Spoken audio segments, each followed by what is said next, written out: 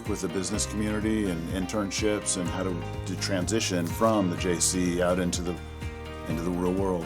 Right now we have exciting new developments at the Petaluma campus. We just recently opened the new construction training center. We call it the CTC, right, for short. But it offers students exciting new opportunities. Again, we have the traditional transfer and career education, right? But what about a student that maybe I want to do be an apprentice, right? Maybe I want to be in an apprenticeship program. It would be plumbing, electrical, or HVAC, right? We offer those courses at SRJC. So out in the industry, these folks partner with us, so we offer the classes. So let's say I want to be an electrician, I want to go join Redwood, go through their application process. Once you go through that process, then you'll be taking the classes from us, right? And that's for an electrician apprenticeship, similar for plumbing and HVAC. We just recently opened those up.